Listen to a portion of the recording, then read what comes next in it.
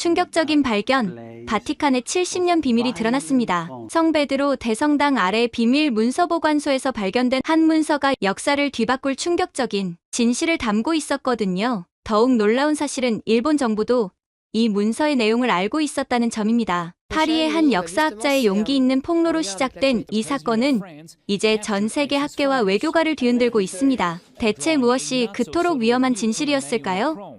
지금 시작합니다. 저는 프랑스 소르본 대학교 동아시아학 교수 소피 뒤퐁입니다. 제가 지금부터 들려드릴 이야기는 제 인생을 완전히 뒤바꿔 놓은 충격적인 발견에 관한 것입니다. 모든 것은 6개월 전 새 책 집필이 난항을 겪고 있을 때 시작됐습니다. 당시 저는 선교사들의 눈에 비친 동아시아 문명의 충돌과 문화적 오해하는 책을 쓰고 있었습니다. 그런데 키보드 앞에 앉을 때마다 뭔가 핵심이 빠진 듯한 느낌의 삭제 키만 누르고 있었죠. 무언가 빠진 퍼즐 조각을 찾는 기분이었습니다. 30년 넘게 유럽의 교육 시스템과 문화가 세계 최고라는 확신 속에 살아왔고, 특히 아시아의 발전은 서구식 교육의 성공적 이식 덕분이라고 굳게 믿었던 터였어요. 제 강의실에서는 항상 자신감 넘치는 목소리로 유럽이 전 세계의 문명화와 교육 시스템의 표준을 세웠다고 주장했습니다. 한국을 포함한 아시아 국가들의 발전은 서구 교육 시스템을 모방한 결과라고 가르쳤던 거죠. 학생들은 열심히 필기했고 의문을 제기하지 않았습니다. 지금 생각하면 얼굴이 화끈거릴 정도로 부끄러운 일이지만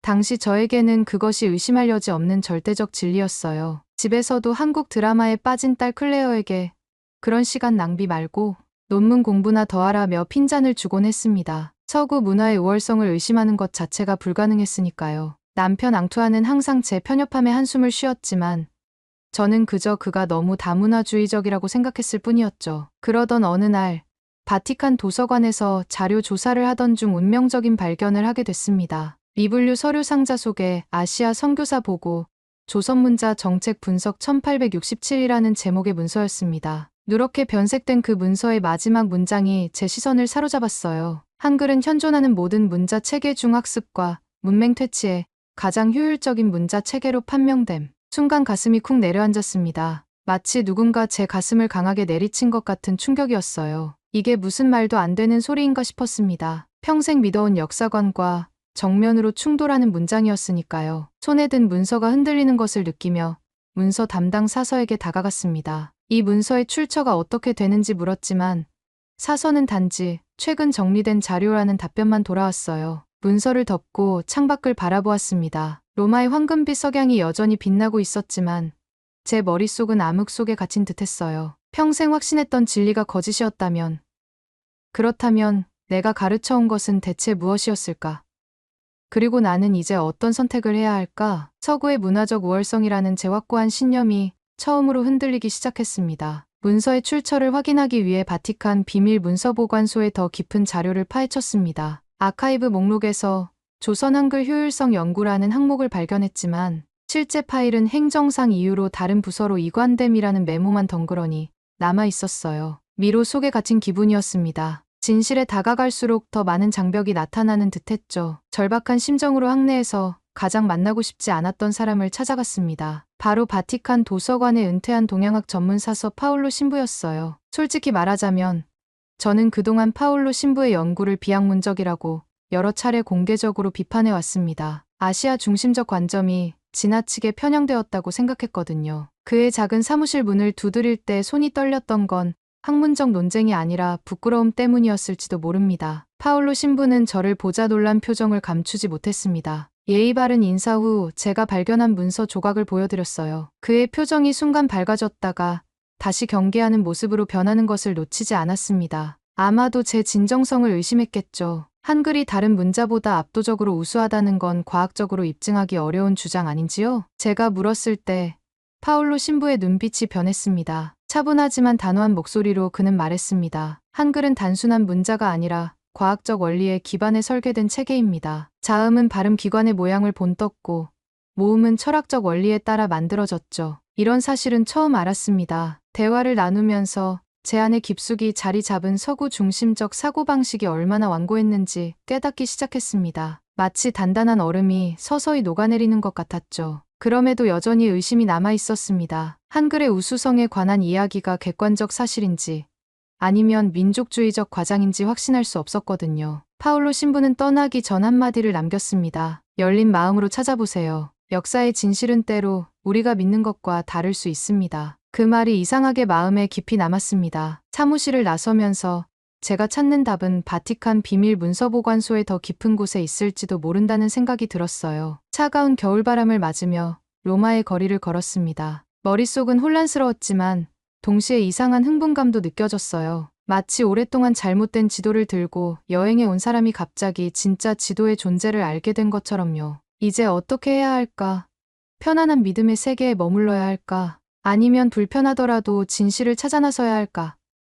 그 순간만큼은 제가 내린 결정이 제 인생을 완전히 바꿔놓을 거라는 예감이 들었습니다. 그로부터 며칠간 19세기 조선 선교 활동을 했던 신부들의 기록을 추적했습니다. 대부분은 이미 세상을 떠났고 기록이 남아있는 몇 건은 접근이 제한되어 있었어요. 절망적인 순간 마침내 한 줄기 빛을 발견했습니다. 바티칸 비밀 문서고의 가장 깊은 곳, 동아시아 선교 특별 보고서 섹션에 보관된 또 다른 문서였죠. 문서고는 조용하고 신비로웠습니다. 오래된 양피지 냄새와 먼지 향이 공기 중에 떠다녔어요. 파울로 신부의 특별 허가로 들어간 이 공간에서 발견한 문서는 더욱 충격적이었습니다. 1867년 조선에서 활동했던 프랑스 선교사 루이 블랑의 비밀 보고서였어요. 조선의 한글이라는 문자는 놀라울 정도로 과학적이고 배우기 쉽습니다. 단 몇 주 만에 문맹이던 민중들이 읽고 쓰기를 터득하는 것을 목격했습니다. 이는 우리의 알파벳보다 훨씬 효율적입니다. 만약 한글이 널리 보급된다면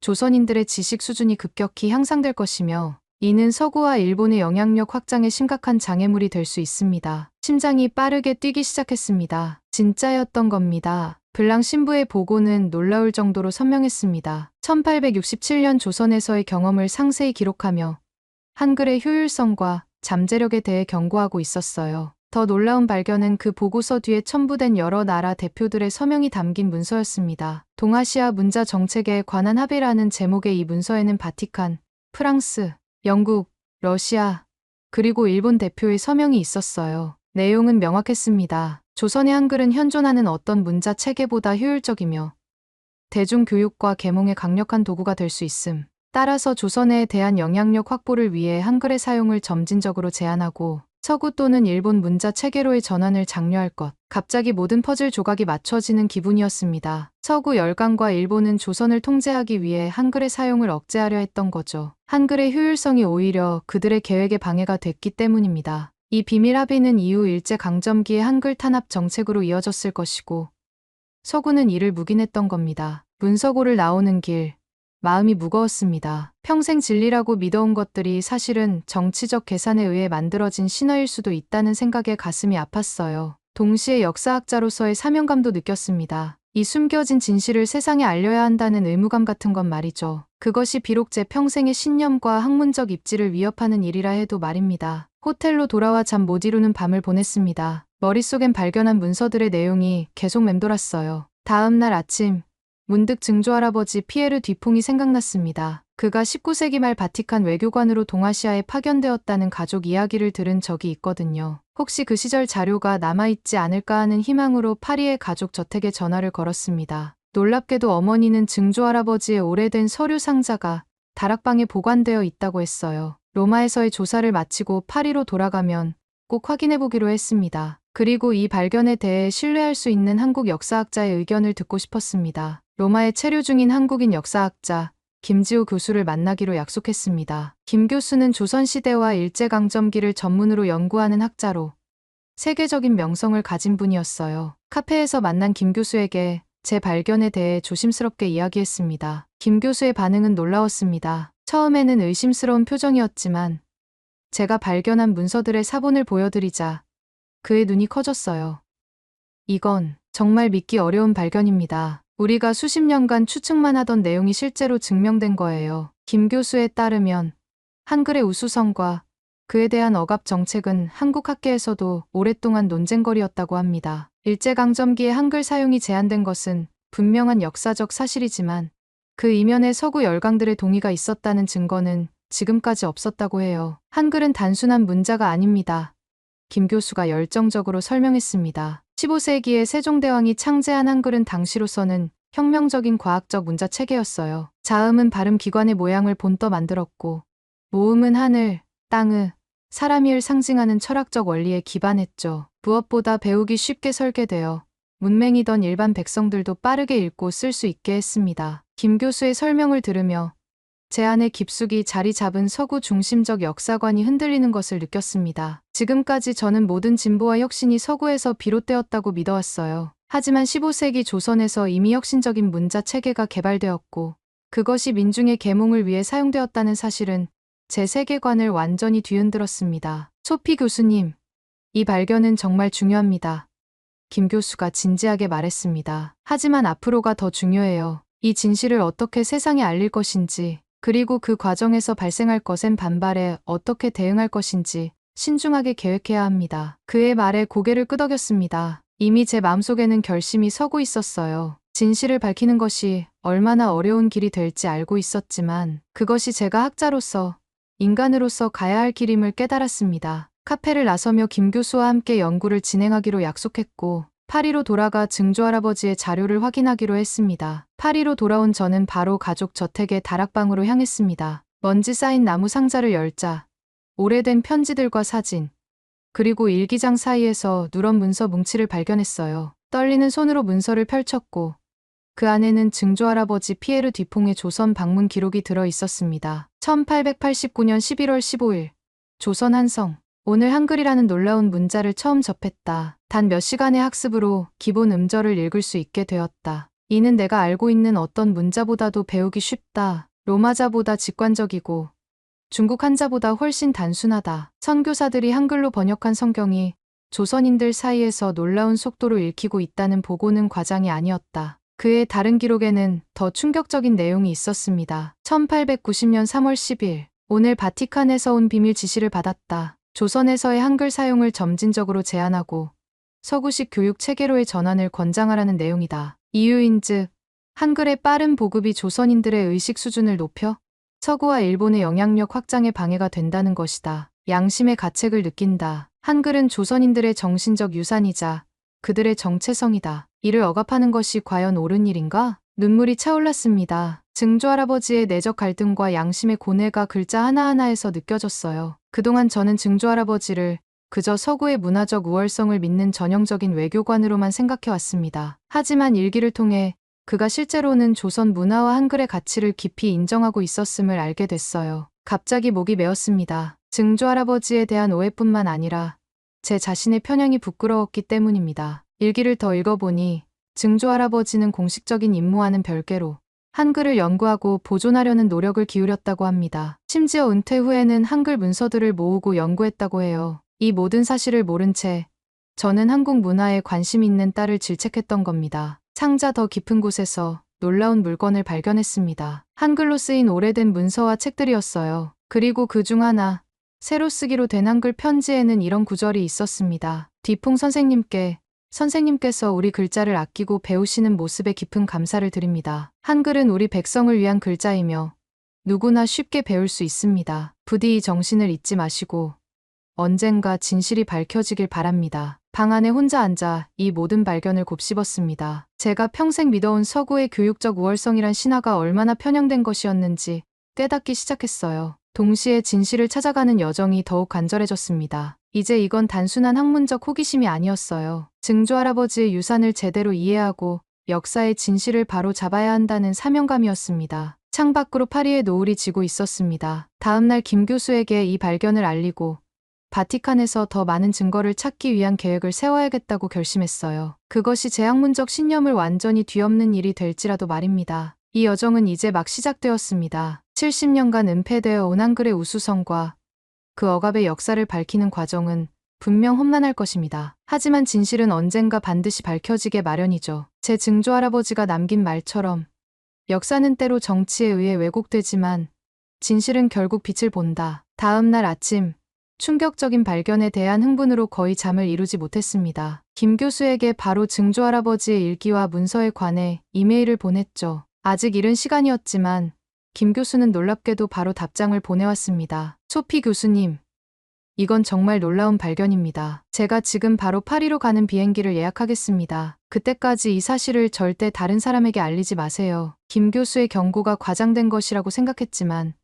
마음 한구석에서는 불안감이 자라고 있었습니다. 증조 할아버지의 문서들을 안전하게 보관하기 위해 모든 자료를 스캔하고 디지털 복사본을 만들었습니다. 그리고 원본은 집에 금고에 잠가두었어요. 오전에 대학으로 출근하는 길에 이상한 느낌이 들었습니다. 마치 누군가 저를 지켜보는 듯한 기분이었어요. 횡단보도에서 신호를 기다리며 주변을 둘러보았지만 특별히 수상한 점은 없었습니다. 그저 평범한 파리의 아침 풍경이었죠. 하지만 이 직감은 쉽게 사라지지 않았습니다. 소르본 대학의 제 연구실에 도착했을 때 문 앞에 생소한 남자가 기다리고 있었습니다. 단정한 정장 차림의 그는 자신을 프랑스 외무부 소속 뒤발씨라고 소개했습니다. 사무실로 들어오시겠냐는 제 제안에 그는 고개를 저었죠. 디퐁 교수님, 바티칸에서의 최근 활동에 관해 잠시 대화를 나누고 싶습니다. 심장이 빠르게 뛰기 시작했습니다. 어떻게 이 사람이 제 바티칸 방문을 알고 있는 걸까요?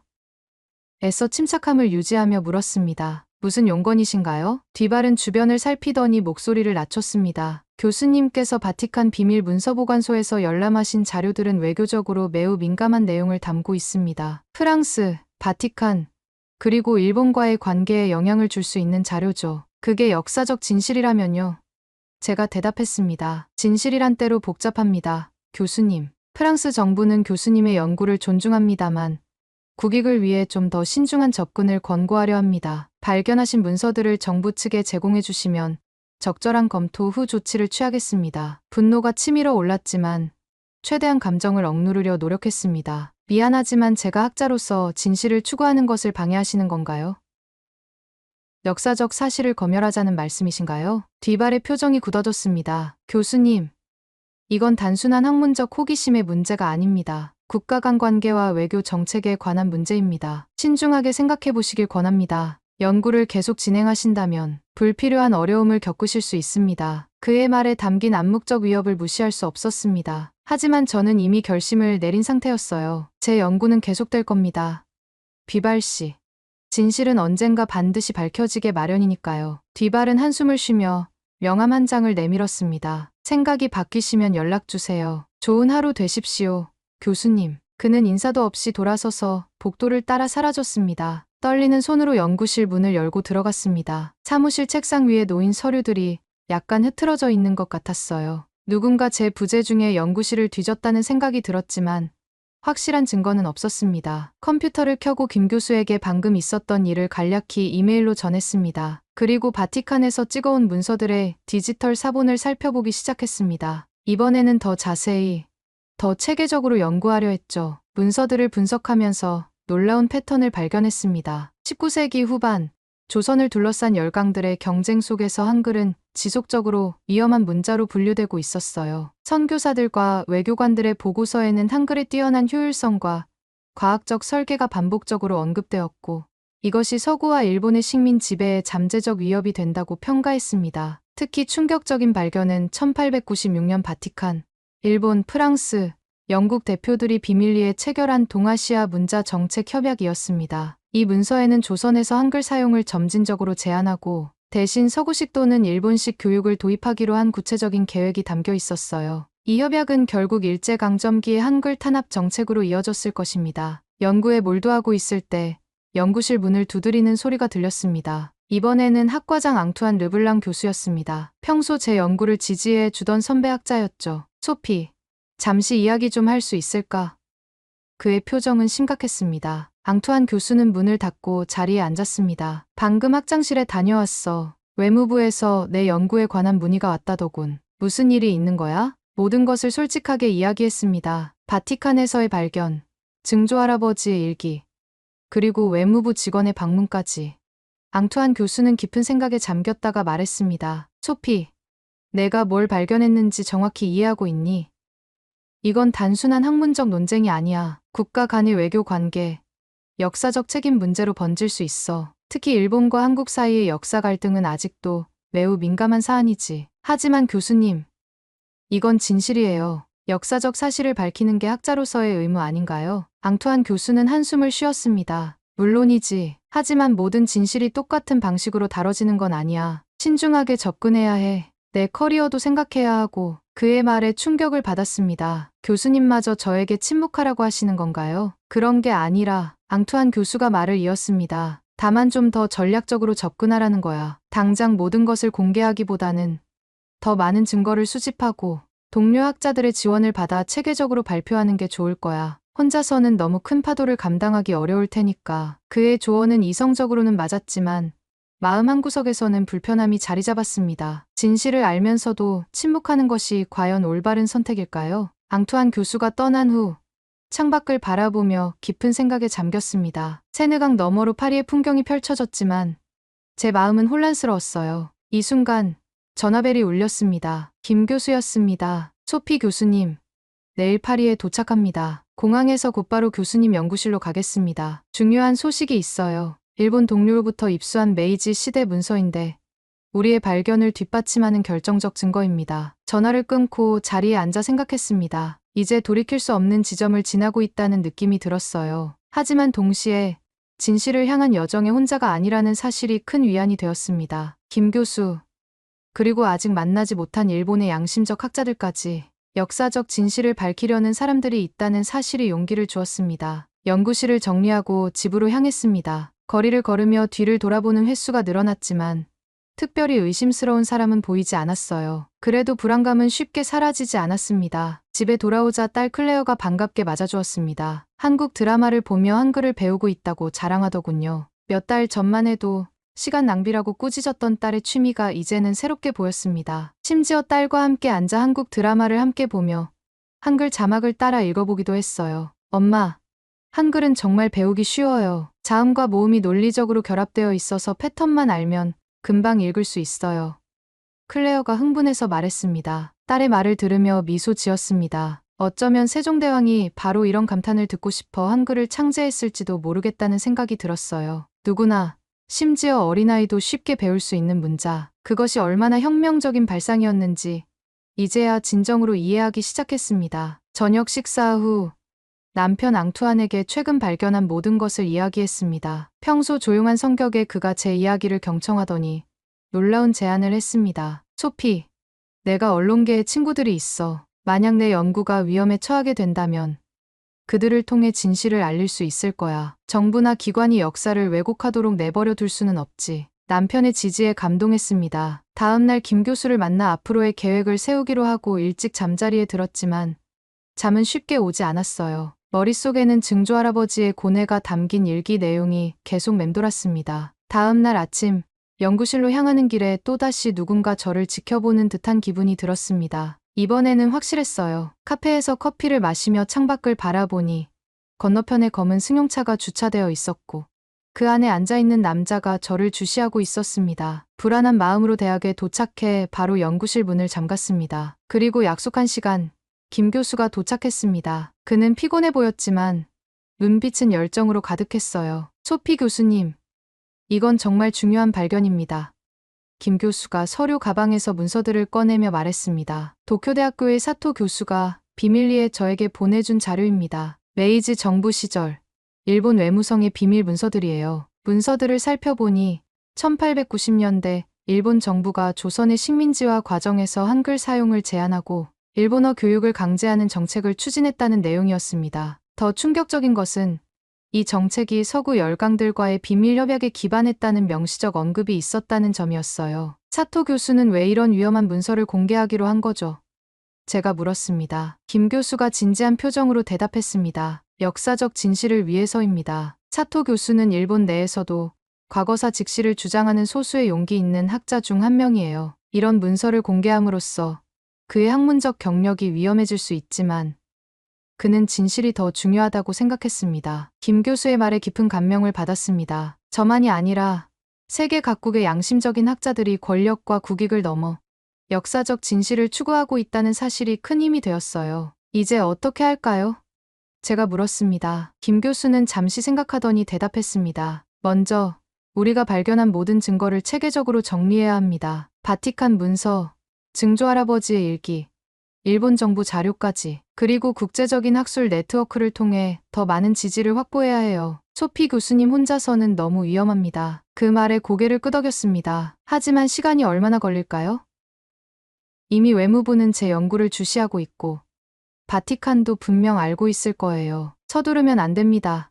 김 교수가 단호하게 말했습니다. 역사적 진실을 밝히는 것은 마라톤이지 단거리 경주가 아니에요. 우리는 흔들리지 않는 철저한 증거와 국제적 지원 네트워크를 구축해야 합니다. 그의 말에 설득되어 우리는 구체적인 계획을 세우기 시작했습니다. 첫째, 모든 발견 자료를 디지털화하고 여러 안전한 장소에 분산 보관하기로 했습니다. 둘째, 신뢰할 수 있는 동료 학자들과 비공개 연구 그룹을 형성하기로 했어요. 셋째, 충분한 증거가 확보되면 국제학술지에 논문을 투고하고 동시에 주요 언론에도 공개하는 전략을 세웠습니다. 하지만 이런 계획을 세우는 와중에도 제 마음 한구석에서는 불안감이 자라고 있었습니다. 진실을 밝히는 과정이 얼마나 위험할지, 그리고 과연 성공할 수 있을지 확신할 수 없었어요. 그러나 증조할아버지의 용기를 생각하며 이 길을 계속 가기로 결심했습니다. 그날 저녁, 김 교수와 함께 저녁 식사를 하며 더 많은 이야기를 나눴습니다. 한글의 과학적 원리,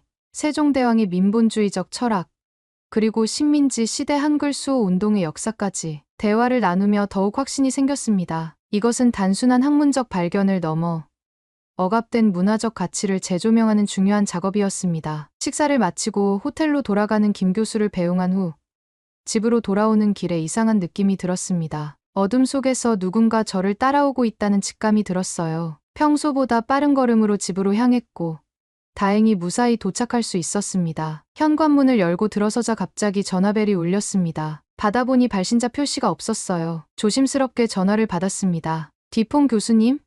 낯선 남성의 목소리였습니다. 조심하셔야 합니다. 당신이 발견한 것은 많은 사람들이 묻어두길 원하는 진실입니다. 하지만 포기하지 마세요. 우리가 지켜보고 있습니다. 전화가 끊어졌습니다. 누구였을까요? 지지자일까요? 아니면 또 다른 위협일까요?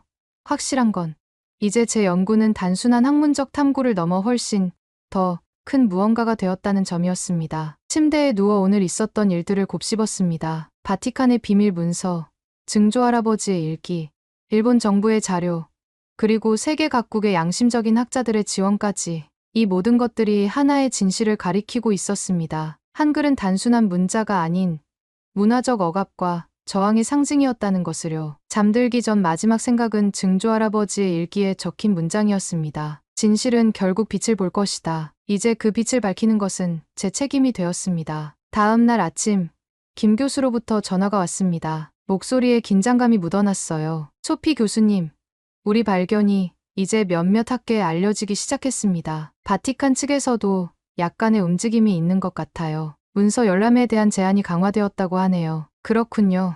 뭔가 우리가 올바른 방향으로 가고 있다는 신호 같네요. 제가 대답했습니다. 오전에 대학으로 출근하는 길에 생각에 잠겼습니다. 이제 우리 연구는 단순한 역사적 호기심을 넘어 여러 이해관계가 얽힌 민감한 영역으로 들어섰어요. 하지만 뭔가 지나치게 극적인 상황을 상상했던 것 같다는 생각이 들었습니다. 결국 이건 학술 연구지, 스파이 활동이 아니었으니까요. 소르본 대학의 제 연구실에 도착했을 때 학과장 앙투안 르블랑 교수가 찾아왔습니다. 소피, 내 연구에 관한 이야기가 학내에 퍼지고 있어. 외무부에서도 관심을 보인다고 하더군. 예상했던 일이에요. 역사적으로 민감한 주제니까요. 앙투안 교수는 의자에 앉으며 말했습니다. 너무 서두르지 마. 이런 연구는 철저한 검증과 신중한 접근이 필요해. 특히 여러 국가와 관련된 외교적 문제일수록. 그의 조언은 합리적이었습니다. 제가 발견한 것들은 중요했지만 아직 모든 증거가 완전히 검증된 것은 아니었으니까요. 조언 감사합니다. 더 철저히 검토해 볼게요. 그날 오후 김 교수와 함께 지금까지 발견한 자료들을 체계적으로 정리했습니다. 바티칸 문서, 증조할아버지의 일기, 일본 측 자료까지 종합적으로 분석해보니 확실히 19세기 말 서구 열강과 일본 사이에 한글에 관한 인식 공유가 있었던 것은 분명해 보였어요. 하지만 공식적인 억압 협약이라기보다는 식민지, 교육 정책에 관한 일반적인 논의 속에서 한글의 특성이 언급된 정도였을 가능성도 있었습니다. 지나치게 음모론적 접근은 위험할 수 있겠네요. 김 교수가 말했습니다. 사실 관계를 객관적으로 정리하는 것이 중요합니다. 저녁이 되자 프랑스 외무부의 뒤발이라는 사람에게서 연락이 왔습니다. 그는 공손하게 제 연구에 관심을 표했고 혹시 시간이 되면 비공식적으로 이야기를 나눌 수 있을지 물었어요. 다음 날 대학 근처 카페에서 뒤발을 만났습니다. 그는 정중한 태도로 제 연구에 대해 물었고 특히 바티칸과 프랑스의 과거 정책에 대한 부분에 관심을 보였습니다. 디퐁 교수님, 귀하의 연구는 역사적으로 매우 중요한 발견을 담고 있는 것 같습니다. 다만 외교적으로 민감한 내용이 포함되어 있을 수 있어 정부 측에서도 관심을 가지고 있습니다. 이해합니다. 하지만 제 연구는 순수하게 학술적 목적이에요. 과거의 잘못을 비난하기보다는 역사적 진실을 밝히는 데 초점을 맞추고 있습니다. 뒤바른 고개를 끄덕였습니다. 물론입니다. 다만 발표 전에 관련 부처와 사전 협의를 해주시면 감사하겠습니다. 혹시 도움이 필요하시면 언제든 연락 주세요. 그가 떠난 후 약간의 부담감을 느꼈지만 극단적인 위협이나 압력은 없었습니다. 결국 이건 학술 연구였고 프랑스는 학문의 자유를 존중하는 나라였으니까요. 김 교수와 함께 논문 작업을 계속했습니다. 제목은 근대 동아시아에서의 문자 정책과 한글 서구, 열강과 일본의 인식 연구로 정했어요. 보다 객관적이고 학술적인 접근을 취하면서도 핵심 발견은 유지하려 했습니다. 주말에는 파리에서 열린 작은 학술 모임에서 우리의 초기 연구 결과를 발표했습니다. 참석자들은 대체로 흥미로워했고 몇몇은 추가 자료 발굴에 도움을 주겠다고 제안했어요. 물론 일부 회의적인 반응도 있었지만 그것은 학계에서 자연스러운 일이었습니다. 이틀 후 바티칸 문서 전문가인 마르코 박사에게서 이메일이 왔습니다. 그는 제가 발견한 문서들의 맥락을 좀 더 잘 이해할 수 있는 추가 자료를 제공해 주었어요. 그의 분석에 따르면 당시 바티칸은 한글을 효율적이고 배우기 쉬운 문자로 인정했지만 이를 억압하기 위한 공식적인 정책보다는 선교 활동의 효율성 측면에서 관심을 가졌다고 합니다. 김 교수도 한국에서 자료를 더 찾아보았지만 명시적인 한글 억압, 협약보다는 일제강점기의 언어 정책이 서구의 식민지, 교육 이론에 영향을 받았다는 정도의 연결성만 확인할 수 있었습니다. 학기가 끝나갈 무렵 우리는 보다 균형 잡힌 시각의 논문을 완성했습니다. 거창한 음모론보다는 당시의 식민지 교육, 정책과 문화적 인식의 맥락 속에서 한글이 어떻게 평가되고 다루어졌는지에 초점을 맞췄어요. 논문은 몇 차례 수정을 거쳐 국제학술지에 제출되었고 약 6개월 후 게재 승인을 받았습니다. 출판 후 학계의 반응은 대체로 긍정적이었으며 추가 연구의 필요성에 대한 논의가 활발히 이루어졌어요. 바티칸과 프랑스 정부에서도 특별한 반발은 없었습니다. 오히려 외무부에서는 과거사에 대한 균형 잡힌 접근에 감사를 표했고 한 프랑스 학술 교류 행사에 저를 초청하기도 했어요. 다음 해 봄 서울대학교의 초청으로 한국을 방문할 기회가 생겼습니다. 그곳에서 열린 근대 동아시아의 언어 정책과 문화적 정체성 심포지엄에서 제 연구를 발표했고 한국 학자들과 더 깊은 교류를 나눌 수 있었습니다. 서울의 첫인상은 강렬했습니다. 현대적인 도시 풍경 속에서 한글이 자연스럽게 살아 숨쉬는 모습이 인상적이었어요. 국립한글박물관을 방문하면서 한글의 과학적 원리와 세종대왕의 민본주의적 철학을 더 깊이 이해하게 되었습니다. 귀국 후 증조할아버지의 유산을 더 체계적으로 정리하는 작업을 시작했습니다. 그의 일기와 문서들은 19세기 말 동아시아에서 활동한 서구인의 관점을 이해하는 중요한 자료였어요. 딸 클레어도 이 작업을 돕기 시작했고 함께 한글을 배우며 새로운 가족 전통을 만들어갔습니다. 1년 후 19세기 동아시아에서의 문자와 정체성 한 프랑스 외교관의 시선이라는 책을 출판했습니다. 이 책은 학계에서 좋은 평가를 받았고 대중적으로도 관심을 끌었어요. 파리의 한국문화원에서 열린 책 출판 기념회에서 한 기자가 물었습니다. 교수님의 연구가 처음 예상했던 것과 가장 크게 달라진 점은 무엇인가요? 잠시 생각한 후 대답했습니다. 처음에는 거대한 음모나 정치적 억압의 증거를 찾았다고 생각했어요. 하지만 연구를 진행할수록 이것이 단순한 선과 악의 구도가 아니라 복잡한 역사적, 문화적 인식의 문제임을 깨달았습니다. 우리의 역사 인식은 종종 현재의 관점에서 과거를 재단하려는 오류를 범하곤 하죠. 진정한 역사 연구는 당시의 맥락 속에서 사실을 이해하는 것에서 시작한다고 생각합니다. 이제 저는 매년 한국을 방문하며 한 프랑스 학술 교류의 가교 역할을 하고 있습니다. 증조할아버지가 남긴 유산을 따라 서로 다른 문화 간의 이해와 존중을 증진하는 일에 헌신하고 있어요. 그리고 무엇보다 역사적 진실을 찾아가는 여정이 반드시 극적인 갈등이나 음모, 이론으로 점철되지 않아도 충분히 가치 있고 의미 있는 일임을 깨달았습니다. 처음 바티칸 도서관에서 그 문서를 발견했을 때의 흥분은 이제 보다 차분하고 체계적인 학문적 열정으로 변화했습니다. 역사적 진실은 종종 우리가 상상하는 것보다 더 복잡하고 미묘하지만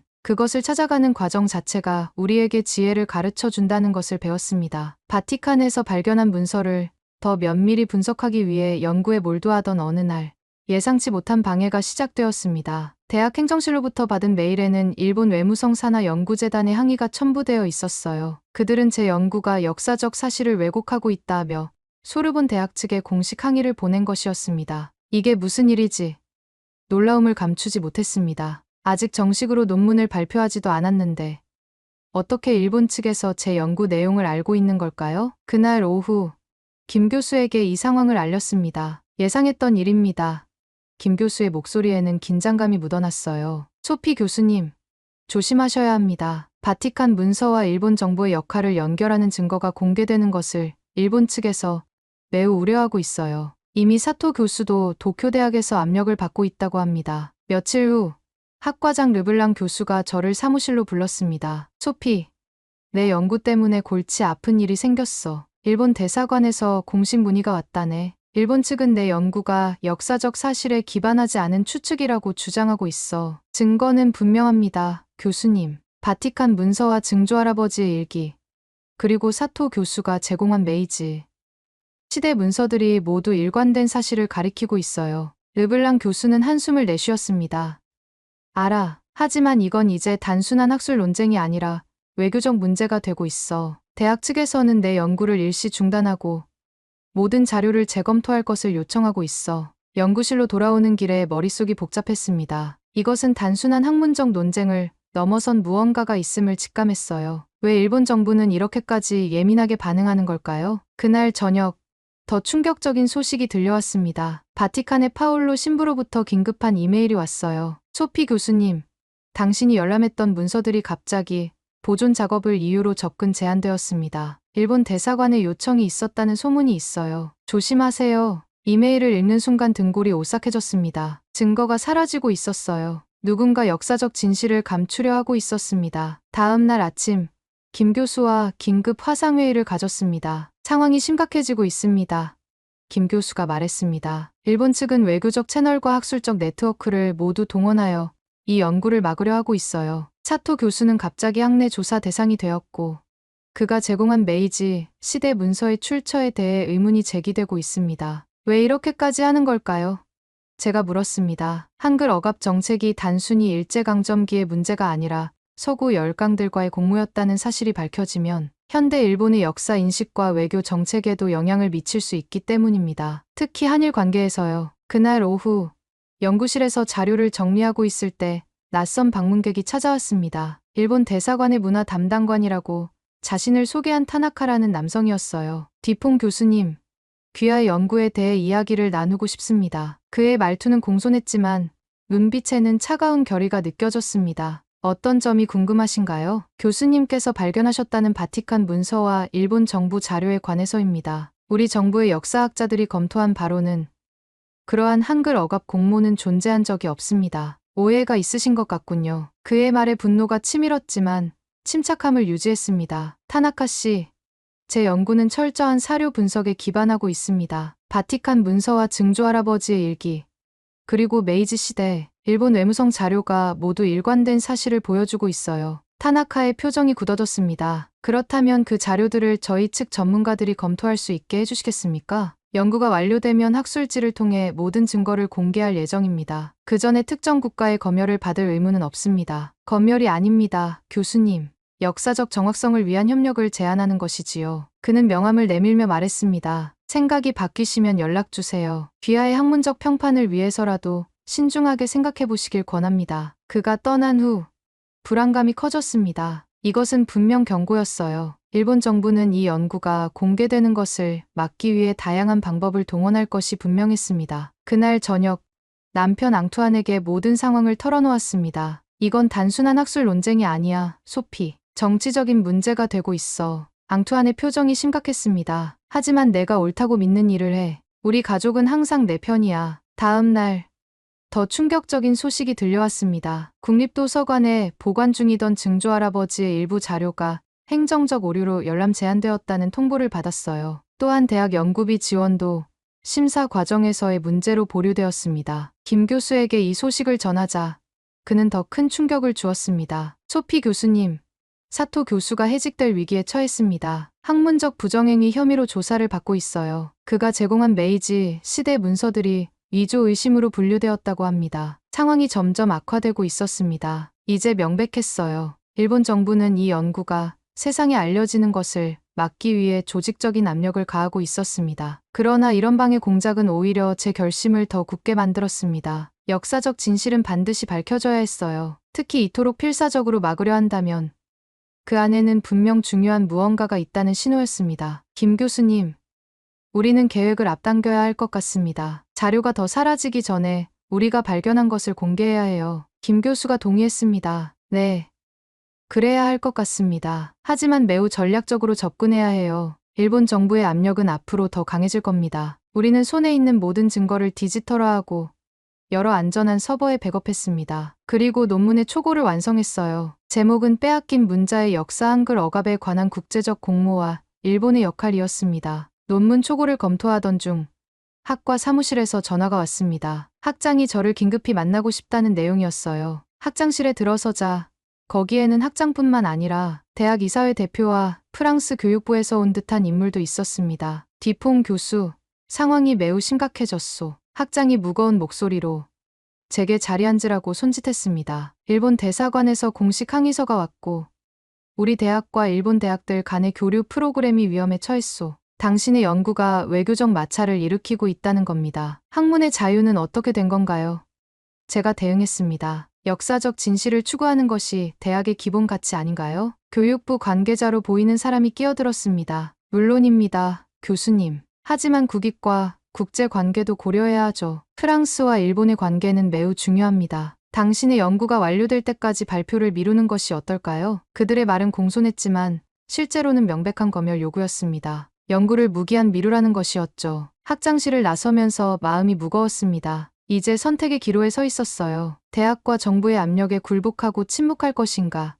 아니면 모든 위험을 감수하고 진실을 밝힐 것인가? 연구실로 돌아와 창밖을 바라보며 깊은 생각에 잠겼습니다. 증조 할아버지의 일기에 적힌 구절이 떠올랐어요. 진정한 외교관은 자국의 이익만을 위해 일하는 것이 아니라 인류의 보편적 가치와 진실을 위해 봉사해야 한다. 결심이 섰습니다. 모든 위험을 감수하고 진실을 밝히기로 했어요. 김 교수에게 전화를 걸어 상황을 설명했습니다. 소피 교수님, 정말 용기 있는 결정입니다. 하지만 더 이상 공식적인 채널을 통해서는 어려울 것 같아요. 우리는 다른 방법을 찾아야 합니다. 김 교수의 제안으로 우리는 국제 언론을 통해 연구 결과를 공개하기로 했습니다. 프랑스의 저명한 역사학술지와 함께 영국의 한 신뢰할 수 있는 신문사에 동시에 연구 내용을 제공하기로 했어요. 그러나 출판 직전 또 다른 장애물이 나타났습니다. 학술지 편집장으로부터 애매한 이유로 게재가 연기되었다는 연락을 받았고 신문사 기자는 갑자기 연락이 두절되었어요. 그들이 모든 채널을 차단하고 있습니다. 김 교수가 안타까운 목소리로 말했습니다. 소피 교수님, 우리에게는 한 가지 방법이 남아 있습니다. 서울에서 국제학술 심포지엄을 개최하고 그곳에서 모든 증거를 공개하는 겁니다. 일본 정부의 방해에도 불구하고 서울대학교에서 동아시아 근대사에서의 문자, 정책과 문화적 저항이라는 주제로 국제 심포지엄이 준비되었습니다. 김 교수는 저를 기조 연설자로 초청했고 세계 각국의 역사학자들도 참여하기로 했어요. 그러나 심포지엄 2주 전 또 다른 충격적인 소식이 들려왔습니다. 프랑스 외무부로부터 공식 서한이 왔는데 국가안보 관련 조사를 이유로 제 여권이 일시적으로 제한되었다는 내용이었어요. 이건 말도 안 돼요. 분노가 치밀었습니다. 어떻게 학술 연구를 이유로 여행의 자유를 제한할 수 있죠? 앙투아는 즉시 변호사를 고용했고 언론에도 이 부당한 조치를 알리려 했습니다. 그러나 대부분의 주요 언론사들은 이 이야기를 다루지 않았어요. 일본 정부의 영향력이 언론계에까지 미치고 있었던 것입니다. 그러나 역경 속에서도 희망의 빛은 있었습니다. 한국의 주요 언론사들이 이 사건을 대대적으로 보도하기 시작했고 국제적인 학자들의 지지 성명도 이어졌어요. 특히 증조 할아버지의 일기가 담긴 문서들을 이미 디지털화하여 안전하게 보관해 둔 것이 큰 도움이 되었습니다. 소피 교수님, 걱정 마세요. 서울 심포지엄은 예정대로 진행됩니다.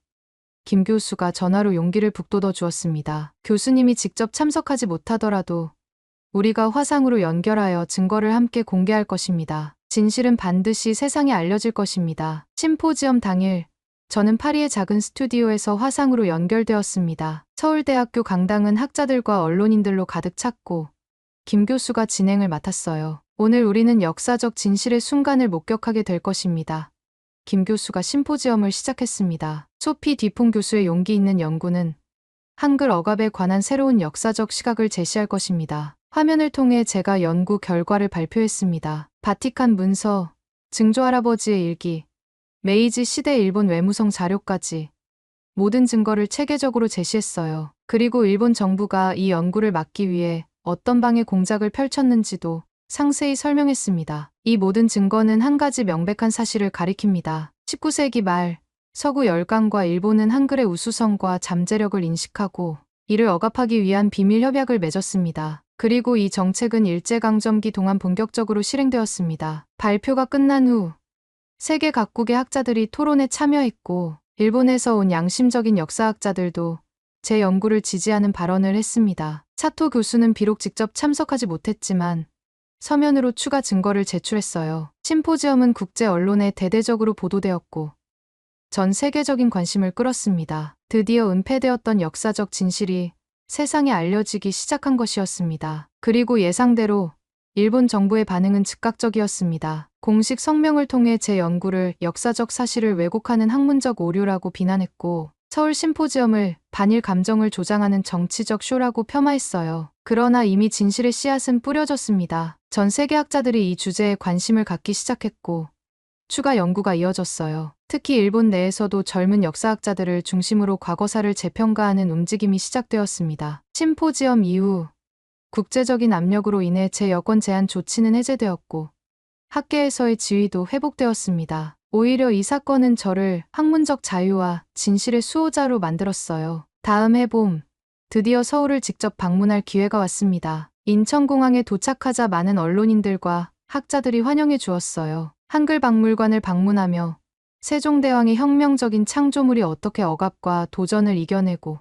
오늘날까지 살아남아 발전했는지 직접 확인할 수 있었습니다. 서울대학교에서 열린 특별 강연에서 저는 말했습니다. 한글의 역사는 단순한 문자의 역사가 아닙니다. 그것은 진실, 정의, 그리고 문화적 정체성을 위한 투쟁의 역사입니다. 그리고 이 투쟁은 오늘날에도 계속되고 있습니다. 강연 후 한 노인이 저에게 다가와 손을 잡았습니다. 그는 일제강점기에 비밀 한글학교를 운영했던 분이었어요. 교수님, 감사합니다. 우리가 지켜온 진실을 세계에 알려주셔서요. 역사는 결코 잊혀지지 않습니다. 그 순간 모든 어려움과 방해 속에서도 진실을 추구했던 제 선택이 옳았음을 확신했습니다. 역사적 진실은 때로 권력에 의해 가려질 수 있지만 결코 영원히 숨겨질 수는 없는 것이었습니다. 파리로 돌아온 후 빼앗긴 문자의 역사라는 책을 출판했고 이 책은 여러 언어로 번역되어 세계적인 베스트셀러가 되었습니다. 일본 정부는 여전히 공식적으로 이 연구를 인정하지 않았지만 일본 사회 내에서도 점차 과거사를 정직하게 바라보는 시각이 확산되고 있었어요. 증조할아버지의 유산은 이제 한국의 국립중앙박물관의 특별 컬렉션으로 전시되었고 매년 많은 방문객들이 찾아오고 있습니다. 그의 일기에 적힌 마지막 구절은 박물관 입구에 새겨졌습니다. 진실은 때로 정치에 의해 왜곡되지만 결국 빛을 본다. 제 연구실 벽에는 세종대왕의 초상화와 함께 한글로 쓰인 짧은 문구가 걸려 있습니다. 모든 억압을 이겨내고 빛나는 문자 한글. 이것은 제가 발견한 역사적 진실의 핵심이자 앞으로도 계속 전하고 싶은 메시지입니다. 일본 정부의 방해에도 불구하고 제 연구는 국제학계에서 점점 더 주목받기 시작했습니다. 특히 한국을 방문한 이후 여러 나라의 대학과 연구소에서 강연 초청이 쇄도했어요. 스위스, 영국, 캐나다, 호주 등 세계 각국을 다니며 발견한 내용을 알렸고 새로운 지지자들과 협력자들을 만날 수 있었습니다. 하지만 일본 측의 압력과 방해는 멈추지 않았어요. 제가 방문하는 곳마다 일본 대사관에서는 현지 대학과 언론에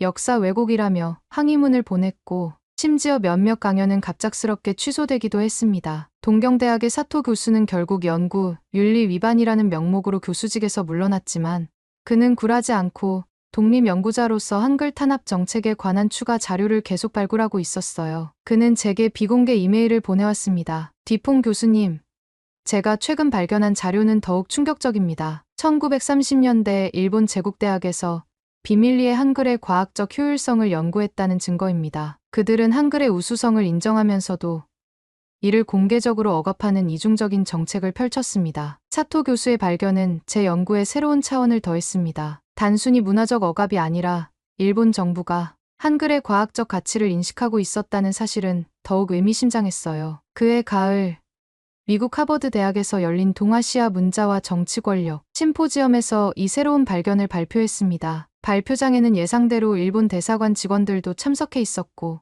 질의응답 시간에 그들은 공개적으로 제 연구의 신뢰성에 의문을 제기했어요. 디퐁 교수님, 사토 씨가 제공한 자료는 이미 일본 학계에서 위조로 판명된 것으로 알고 있습니다. 이런 검증되지 않은 자료를 근거로 역사적 주장을 하는 것은 학문적 윤리에 어긋나지 않습니까? 당당하게 대응했습니다. 사토 교수의 자료는 위조가 아닙니다. 오히려 일본 정부가 불편한 역사적 진실을 감추기 위해 조직적인 노력을 기울이고 있다는 것이 더 큰 문제입니다. 지금 이 자리에도 일본 대사관 직원들이 저희 발표를 감시하고 있지 않습니까? 이것이 바로 학문의 자유가 위협받고 있다는 증거입니다. 이 대응은 청중들 사이에서 박수를 받았고, 하버드 대학의 역사학과 학과장이 나서서 학문적 자유와 독립성을 지지한다는 성명을 발표했습니다. 심포지엄 후 일본 정부는 더욱 강경한 태도로 나왔습니다. 공식 외교 채널을 통해 프랑스 정부에 항의했고, 일부 프랑스-일본 경제협력 프로젝트를 재검토하겠다는 압박까지 가했어요. 이런 상황에서 예상치 못한 지지가 찾아왔습니다. 일본 국내에서 양심적인 학자와 시민들이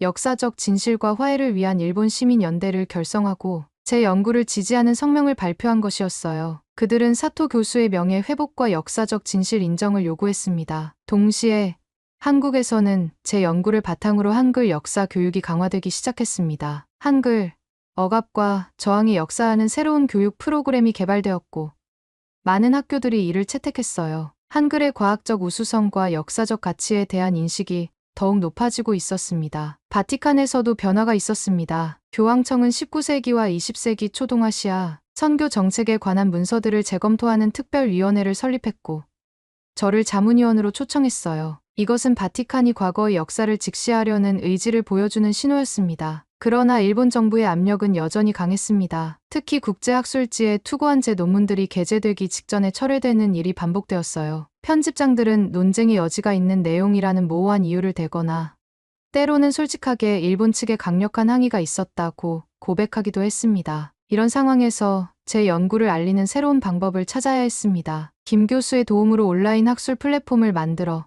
빼앗긴 문자 프로젝트라는 이름으로 모든 연구 자료와 증거들을 공개했어요. 웹사이트는 여러 언어로 번역되었고, 학자들뿐만 아니라 일반 대중들도 쉽게 접근할 수 있도록 했습니다. 웹사이트 개설 일주일 만에 100만 명이 넘는 방문자가 찾아왔고, 전 세계 언론에서도 주목하기 시작했습니다. 일본 정부는 사이트 접속을 차단하려 했지만 너무 많은 미러 사이트들이 생겨나 효과가 없었어요. 그해 겨울, 유네스코에서 흥미로운 제안이 왔습니다. 세계 문자 유산을 보존하고 연구하는 새로운 프로젝트의 책임자로 저를 초빙한 것이었어요. 이 프로젝트는 한글을 포함한 세계 여러 문자 체계의 역사와 문화적 가치를 연구하고, 특히 식민지 시대 언어 정책의 역사적 영향을 조사하는 것이었습니다. 이 제안을 수락하면서 제 연구는 더 넓은 맥락에서 세계 문자의 역사와 정치학을 탐구하는 방향으로 확장되었습니다. 한글의 사례는 문자가 단순한 의사소통 도구가 아니라 문화적 정체성과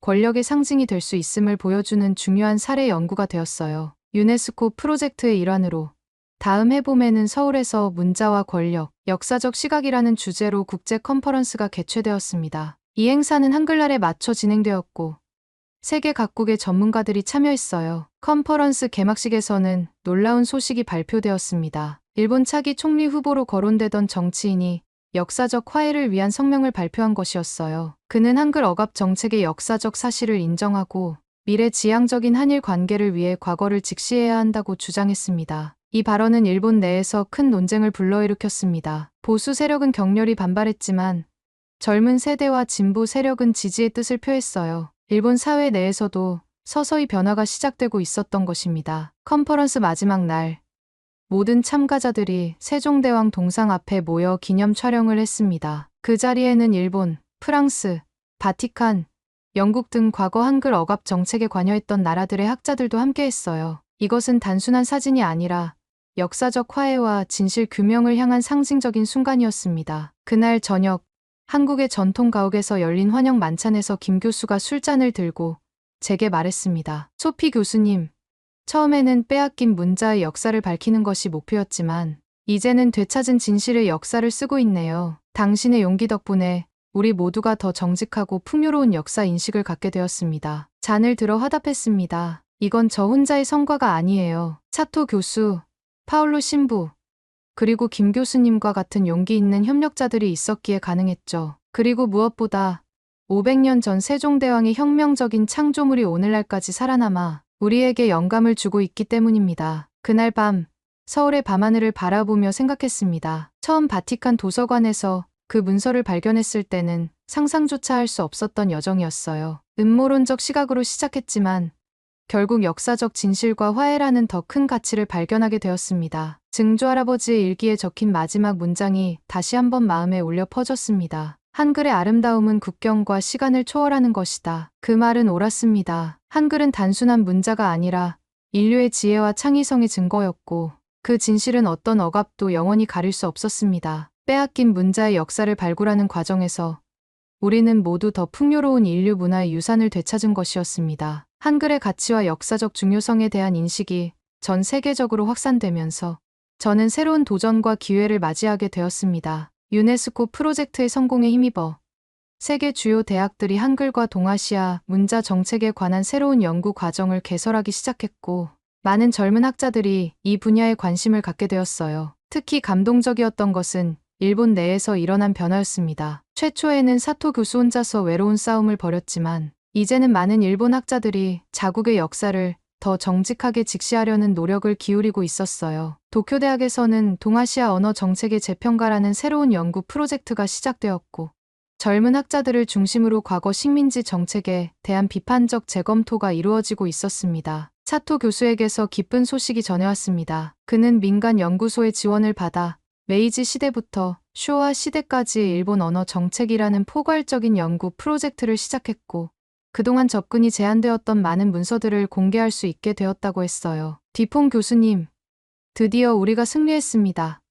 그가 이메일에 썼습니다. 일본 내에서도 많은 이들이 역사적 진실을 알고 싶어 합니다. 특히 젊은 세대들은 과거의 과오를 인정하고 새로운 관계를 만들어가기를 원하고 있어요. 이런 변화는 정치적 영역에까지 확장되었습니다. 일본의 한 진보 정당은 역사와 화해, 정책을 주요 의제로 채택했고 한글 억압 정책에 대한 공식 사과와 역사 교과서 개정을 요구하기 시작했어요. 물론 여전히 강한 반발과 저항이 있었지만 분명 사회적 담론이 변화하고 있었습니다. 바티칸에서도 획기적인 변화가 있었습니다. 교황청은 공식 성명을 통해 19세기와 20세기 초동아시아 선교 과정에서 있었던 문화적 오해와 편견을 인정하고 특히 한글과 같은 현지 문자와 문화에 대한 존중이 부족했던 점을 사과했어요. 이는 교황청의 역사적 자기반성의 일환으로 큰 의미를 지니는 순간이었습니다. 파울로 신부가 감격스러운 목소리로 전화를 걸어왔습니다. 소피 교수님, 당신의 연구가 바티칸 내에서도 큰 변화를 가져왔습니다. 지금 우리는 과거 선교 활동의 역사를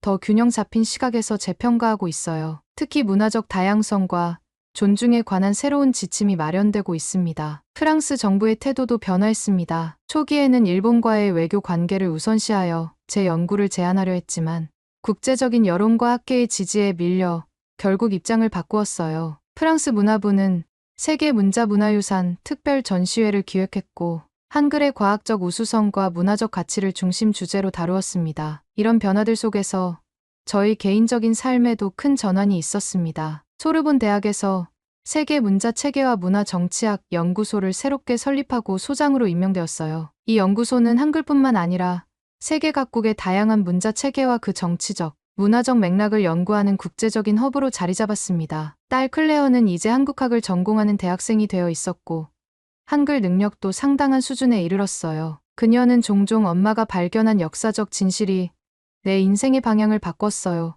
라고 말하곤 했습니다. 증조할아버지의 유산은 계속해서 새로운 의미를 더해가고 있었습니다. 한국의 국립중앙박물관에 기증된 그의 문서와 유품들은 피에르 뒤퐁 컬렉션으로 특별 전시되었고 매년 수만 명의 관람객들이 찾아오고 있었어요. 특히 그가 한글로 쓴 일기는 19세기 서양인의 한글 학습 과정을 보여주는 귀중한 자료로 평가받았습니다. 연구소 개소 기념 강연에서 저는 이렇게 말했습니다. 문자는 단순한 의사소통 도구가 아닙니다. 그것은 인류의 지혜와 창의성의 결정체이자 문화적 정체성의 상징입니다. 특히 한글과 같은 혁신적인 문자 체계는 인류 문화유산의 보석과도 같습니다. 이러한 문화적 보석이 역사적 압력과 정치적 억압 속에서도 살아남아 오늘날 우리에게 영감을 주고 있다는 사실은 경이로운 일입니다. 강연 후 노련한 기자가 날카로운 질문을 던졌습니다. 교수님, 일본 정부는 여전히 공식적으로 한글 억압 정책에 대한 책임을 인정하지 않고 있습니다. 이에 대해 어떻게 생각하십니까? 잠시 생각한 후 대답했습니다. 역사적 진실을 인정하는 것은 시간이 걸리는 과정입니다. 처음에는 부정과 저항이 있지만 결국 진실은 점차 수용되게 마련입니다. 일본 사회 내에서도 이미 많은 변화가 일어나고 있습니다. 우리의 목표는 비난이 아니라 이해와 화해입니다. 과거의 실수를 인정하고 그로부터 배워 더 나은 미래를 만들어가는 것이죠. 그해 가을, 일본에서 놀라운 초청이 왔습니다. 교토대학에서 열리는 동아시아 문자와 문화 교류사 국제 심포지엄에 기조 연설자로 초청받은 것이었어요. 몇 년 전만 해도 상상할 수 없었던 일이었습니다. 많은 동료들이 일본 방문을 우려했지만 저는 이것이 중요한 대화의 기회라고 생각했습니다. 도쿄 공항에 도착했을 때 일부 우익 단체들의 항해 시위가 있었지만 동시에 많은 일본 학자들과 학생들이 환영해 주었어요. 교토대학에서의 강연은 문자를 통한 역사적 화해 한글과 일본의 관계 재고라는 주제로 진행되었습니다. 강연장은 학자들과 학생들로 가득 찼고 일부 정치인들도 참석했어요. 오늘 저는 비난이나 책망을 위해 이 자리에 선 것이 아닙니다. 제가 강연을 시작했습니다. 우리는 함께 역사의 어두운 부분을 직시하고 그로부터 배우며 더 나은 미래를 위한 토대를 마련하기 위해 모였습니다. 한글과 일본어는 서로 다른 문자 체계이지만 둘 다 인류의 소중한 문화유산입니다. 이 두 문자 체계가 갈등이 아닌 상호 존중과 이해의 도구가 될 때 우리는 진정한 문화적 화해를 이룰 수 있습니다. 강연 후 토론 시간에는 열띤 논쟁이 이어졌지만 전체적인 분위기는 놀랍도록 건설적이었습니다. 특히 많은 젊은 일본 학생들이 역사적 진실을 알고자 하는 진지한 태도를 보여주었어요. 교토에서의 마지막 날, 한 고차를 방문했습니다. 그곳에는 놀랍게도 조선시대 한글 문서들이 보관되어 있었어요. 사찰의 주지승은 이 문서들이 메이지 시대 일본 학자에 의해 수집되었지만 한글 억압 정책이 시작되자 이 사찰에 비밀리에 보관되었다고 설명했습니다. 우리 선조들은 이것이 귀중한 문화유산임을 알았습니다.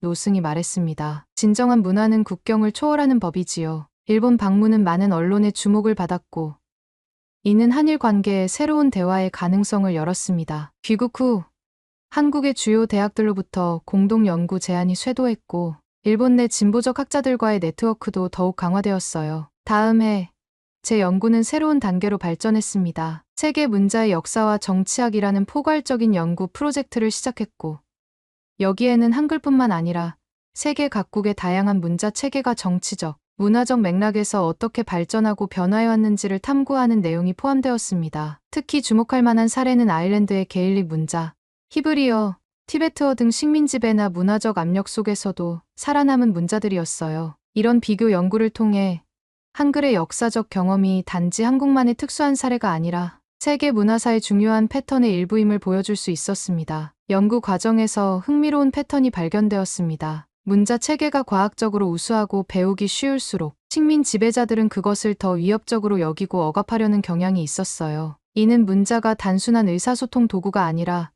민족 정체성과 문화적 주권의 상징이었기 때문입니다. 이 연구 결과를 정리한 문자와 권력 세계의 문자 체계의 정치학이라는 책을 출판했고 이 책은 여러 언어로 번역되어 국제적인 베스트셀러가 되었습니다. 특히 식민지 경험이 있는 나라들에서 큰 반향을 일으켰어요. 책 출간 기념 세계 순회 강연 중 뉴델리에서 한 인도 학자가 감동적인 말을 전했습니다. 당신의 연구는 한글에 관한 것이지만 사실 모든 억압받은 문화와 언어의 이야기입니다. 당신은 우리 모두의 목소리가 되어주었습니다. 세계 각국을 다니며 강연하는 동안 저는 점점 더 확신하게 되었습니다. 한글의 역사는 단순한 지역적 사례가 아니라 인류 문화와 지식의 민주화를 향한 보편적 투쟁의 상징이었던 것입니다. 서울에서의 마지막 강연에서 이렇게 말했습니다. 세종대왕이 한글을 창제했을 때 그의 비전은 지식의 민주화였습니다. 누구나 신분이나 배경에 상관없이 쉽게 배우고 사용할 수 있는 문자를 만든 것이죠. 이 혁명적인 비전은 오늘날에도 여전히 유효합니다. 문자는 권력자의 특권이 아니라 모든 사람의 권리입니다. 그리고 이 권리를 보호하고 확장하는 것이 우리 모두의 책임입니다. 연구실로 돌아와 창밖을 바라보며 생각했습니다. 처음 바티칸 도서관에서 그 문서를 발견했을 때는 단순히 학문적 호기심에서 시작했지만 이제는 그것이 인류 문화와 지식의 민주화를 위한 더 큰 여정의 일부임을 깨달았어요. 증조할아버지의 일기에 적힌 마지막 문장이 다시 한번 마음속에 울려 퍼졌습니다. 한글의 아름다움은 국경과 시간을 초월하는 것이다. 이제 저는 그 말의 진정한 의미를 이해했습니다. 한글은 단순한 문자가 아니라 지식과 문화의 민주화를 향한 인류의 보편적 열망을 상징하는 것이었습니다. 그리고 이 열망은 어떤 억압과 방해에도 불구하고 결국 승리한다는 것을 역사는 증명하고 있었습니다. 빼앗겼던 문자는 이제 되찾아졌을 뿐만 아니라 전 세계적으로 그 가치를 인정받고 있었습니다. 그것은 단순한 역사적 발견의 승리가 아니라 인류 문화의 다양성과 창의성에 대한 경의의 표현이었습니다. 서울에서의 여정을 마치고 파리로 돌아온 저는 새로운 사명감으로 가득 차 있었습니다. 소르본 대학교 강당에는 제 특별 강연을 듣기 위해 모인 사람들로 자리가 가득 찼어요. 학생들, 동료 교수들, 언론인들, 그리고 역사적 진실에 목마른 일반 시민들까지 열기로 가득했습니다. 오늘 저는 여러분께 역사의 어두운 장에 대해 이야기하려 합니다. 제가 강연을 시작했습니다. 이것은 단순한 역사적 발견이 아니라 의도적으로 은폐되고 왜곡된 진실에 관한 이야기입니다. 청중들은 숨소리조차 들리지 않을 만큼 조용히 집중하고 있었습니다. 바티칸에서의 첫 발견부터 증조할아버지의 일기, 일본 정부의 강력한 방해, 공작, 그리고 마침내 세상에 드러난 충격적인 역사적 음모까지 이 모든 여정을 차분히 설명했어요. 바티칸 비밀 문서보관소에서 발견한 자료들은 19세기 말 서구 열강과 일본이 한글의 우수성을 알고 있었음을 분명히 보여줍니다. 제가 계속했습니다. 그들은 한글이 너무 과학적이고 배우기 쉬워 민중들이 빠르게 문해력을 획득하고 지식에 접근할 수 있게 된다는 사실을 알았습니다. 이것이 바로 그들이 두려워한 것이었죠. 크리네는 바티칸에서 발견한 문서들, 증조할아버지의 일기, 일본 외무성의 비밀 문서 등이 차례로 투영되었습니다. 특히 동아시아 문자 정책에 관한 비밀 의정서라는 제목의 문서는 청중들 사이에서 놀라움의 탄성을 자아냈어요. 이 문서는 서구 열강과 일본이 한글의 사용을 점진적으로 제한하고 식민지 교육에서 배제하기로 합의했음을 보여줍니다. 그들은 한글이라는 위험한 문자가 민중들의 계몽과 독립의식을 고취할 것을 두려워했습니다. 강연이 절정에 이르렀을 때 증조할아버지가 남긴 비밀 메모장의 내용을 공개했습니다. 그의 날카로운 통찰과 양심의 갈등이 담긴 글은 청중들의 마음을 깊이 울렸어요. 제 증조할아버지는 이렇게 썼습니다. 이 회의의 진짜 목적은 문화적 통제였다. 그들은 한글이 너무 효율적이어서 민중들이 빠르게 지식을 습득하고 자신들의 권리를 깨닫게 될 것을 두려워했다. 이것은 제국주의의 가장 교묘한 형태이다. 이어서 일본 정부의 조직적인 증거인멸과 진실 은폐 노력에 대해 설명했습니다. 연구 과정에서 받은 위협과 압력, 자료 접근 제한, 그리고 학계의 침묵 등 진실을 막기 위한 다양한 시도들을 상세히 전했어요. 그러나 역사적 진실은 결코 영원히 숨겨질 수 없습니다. 제 목소리에는 확신이 담겼습니다. 오늘날 우리는 마침내 이 어두운 역사의 장을 밝힐 수 있게 되었습니다. 이것은 단순한 학문적 발견이 아니라 억압받은 문화와 역사에 대한 정의의 순간입니다. 강연의 마지막 부분에서는 이 역사적 발견이 가진 현대적 함의에 대해 이야기했습니다. 과거의 문화적 억압을 인정하고 화해하는 과정이 어떻게 더 정의롭고 상호 존중하는 국제관계의 기초가 될 수 있는지 설명했어요. 빼앗겼던 문자의 역사를 되찾는 것은 단순히 과거를 바로잡는 일이 아닙니다. 그것은 미래를 위한 더 정직하고 공정한 토대를 마련하는 일입니다. 역사적 진실을 인정할 때만 진정한 화해와 상호 존중이 가능해집니다. 강연을 마치자 청중들의 뜨거운 박수가 강당을 가득 채웠습니다. 질의응답 시간에는 날카롭고 깊이 있는 질문들이 쏟아졌어요. 한 저널리스트가 물었습니다. 이런 역사적 진실이 현대 국제관계, 특히 한일 관계에 어떤 영향을 미칠 것으로 보십니까? 진실은 때로 불편할 수 있지만 그것을 직시하는 것이 진정한 화해의 시작입니다. 제가 대답했습니다. 일본 내에서도 이미 많은 양심적인 학자들과 시민들이 역사적 사실을 인정하고자 하는 움직임을 보이고 있습니다. 이것은 미래 지향적인 관계 구축을 위한 중요한 첫걸음입니다. 또 다른 청중은 이런 역사적 발견이 어떻게 현대 교육에 통합될 수 있는지 물었습니다. 우리는 승자의 역사만이 아니라 억압받고 침묵당했던 이들의 역사도 가르쳐야 합니다. 제가 답했습니다. 문화적 우월감이 아닌 상호 존중과 이해를 바탕으로 한 역사 교육이 필요합니다. 한글 억압의 역사는 문화적 다양성의 가치와 지식 민주화의 중요성을 가르치는 소중한 교훈이 될 수 있습니다. 강연이 끝난 후 한 노년의 한국인 교수가 다가와 제 손을 꼭 잡았습니다. 그의 눈에는 눈물이 고여 있었어요. 제 할아버지는 일제강점기에 비밀 한글 학교를 운영하다 투옥되셨습니다. 그가 떨리는 목소리로 말했습니다. 오늘 교수님의 강연을 통해 할아버지의 투쟁이 단순한 민족적 저항이 아니라 보편적 지식과 계몽에 대한 권리를 위한 것이었음을 더 깊이 이해하게 되었습니다. 감사합니다. 그 순간 모든 어려움과 도전에도 불구하고 이 연구를 계속했던 것이 옳은 선택이었음을 다시 한번 확신했습니다. 역사적 진실을 밝히는 일은 단순한 학문적 성취를 넘어 침묵당했던 이들의 목소리를 되살리고 과거의 상처를 치유하는 일이었으니까요. 강당을 나서면서 증조 할아버지의 마지막 일기 구절이 다시 한번 마음에 울려 퍼졌습니다. 진실은 때로 정치에 의해 왜곡되지만 결국 빛을 본다. 그 빛을 밝히는 작은 등불이 될 수 있어 감사했습니다. 그리고 이 여정은 여기서 끝이 아니라 더 많은 숨겨진 진실들을 발굴하고 역사의 어두운 구석을 밝히는 새로운 시작이 될 것임을 알고 있었습니다. 이것이 바티칸에서 시작된 한 프랑스 교수의 놀라운 발견 이야기였습니다. 600년 전 창제된 한글이 어떻게 세계 열강에 의해 억압되었고 그 진실이 어떻게 은폐되었는지 그리고 마침내 그 역사적 진실이 어떻게 세상에 드러났는지를 들려드렸습니다. 진실은 때로 정치에 의해 가려질 수 있지만 결국 빛을 보게 마련입니다. 이 이야기가 여러분에게 역사적 진실과 문화적 정의의 중요성을 일깨워 드렸기를 바랍니다. 지금까지 원더풀 해외 사연이었습니다. 긴 얘기 들으셔서 감사합니다. 좋아요와 구독은 영상을 만드는 큰 힘이 됩니다.